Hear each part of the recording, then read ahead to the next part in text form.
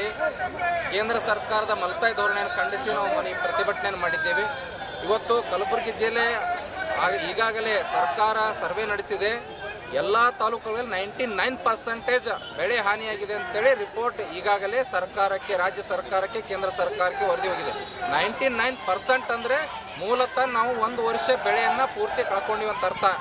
ಆದರೂ ಕೂಡ ಇವತ್ತು ಕೇಂದ್ರ ಸರ್ಕಾರ NDRFಲಿಂದ ಆಗಲಿ ಅಥವಾ ವಿಶೇಷ ಪ್ಯಾಕೇಜ್ ಆಗಲಿ ಯಾವುದು ಕೂಡ ಕೊಡದೇ ಇರೋ ಕಾರಣಕ್ಕಾಗಿ ನಾವು ಕೇಂದ್ರ ಸರ್ಕಾರದ ನೀತಿಯನ್ನು ನಾವು ಮಲ್ತಾಯಿ ಧೋರಣೆಯನ್ನು ಖಂಡಿಸ್ತಾ ಇದ್ದೀವಿ.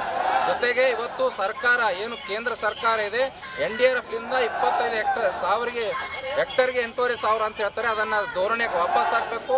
1 ಎಕರೆಗೆ 17,000 ರೂಪಾಯಿ ಪರಿಹಾರ ಕೊಡಬೇಕು ಮತ್ತು ಕಲಬುರಗಿ ಜಿಲ್ಲೆ ಹಸಿ ಬರಗಾಲ ಅಂತ ಘೋಷಣೆ ಮಾಡಬೇಕು. ಯಾಕಂದರೆ 99% ನೀವು ಪೂರ್ತಿ ಹಸಿ ಹಿಡಿದು ಹೋಗ್ಯದ ಅಂತಂದರೆ ಬೆಳೆ ಉತ್ಪಾದನೆ ಆಗಲ್ಲ.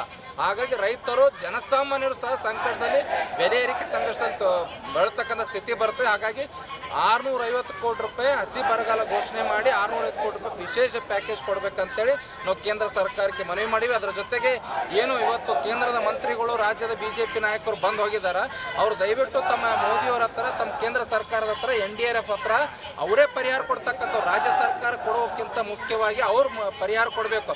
ಅವರೇ NDRF ಅವ್ರ ಕೈಲಿರೋ ಕಾರಣಕ್ಕಾಗಿ ಅವರು ಅಲ್ಲಿ ಮಾತಾಡಿ ಹೆಚ್ಚಿನ ಪರಿಹಾರ ಕೊಡುವಂಥ ರೀತಿಯಲ್ಲಿ ಮಾತಾಡಬೇಕು, ಧ್ವನಿ ಎತ್ತಬೇಕು. ಇಲ್ಲದೆ ಹೋದರೆ ರಾಜೀನಾಮೆ ಕೊಡಬೇಕಂತ ಆಗ್ರಹಿಸಿ ಇವತ್ತು ನಾವು ಮನವಿ ಪತ್ರ ಕೊಟ್ಟಿವಿ ಸರ್. ಧನ್ಯವಾದಗಳು. ಈಗ ಕರ್ನಾಟಕ ರಾಜ್ಯ ರೈತ ಕಾರ್ಮಿಕ ಸಂಘಟನೆ ವತಿಯಿಂದ ಪ್ರತಿಭಟನೆ ಬಂದಂಥ ಎಲ್ಲ ರೈತರಿಗೂ ಕೂಡ ಧನ್ಯವಾದ ಹೇಳ್ತೀವಿ. ಯಾಕಂದರೆ ಸುತ್ತಮುತ್ತಲಿನ ಎಲ್ಲ ಹಳ್ಳಿಗಳ ಜನ ಒಬ್ಬರು ಸೇರಿ ಒಂದು 200 ಜನ ಇವತ್ತು ನಾವು ಸೇರಿ ಪ್ರತಿಭಟನೆ ಮಾಡಿದ್ದೀವಿ.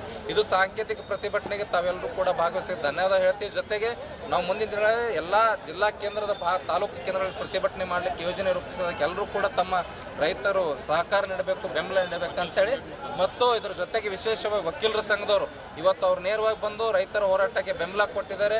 ಅವ್ರ ಸಂಘಟನೆ ಎಲ್ಲ ಪದಾಧಿಕಾರಿಗಳಿಗೆ ಮತ್ತು ಎಲ್ಲ ವಕೀಲರಿಗೆ, ಕಲಬುರಗಿ ಜಿಲ್ಲೆ ಎಲ್ಲ ವಕೀಲರು ಕೂಡ ಧನ್ಯವಾದ ಹೇಳ್ತೀವಿ.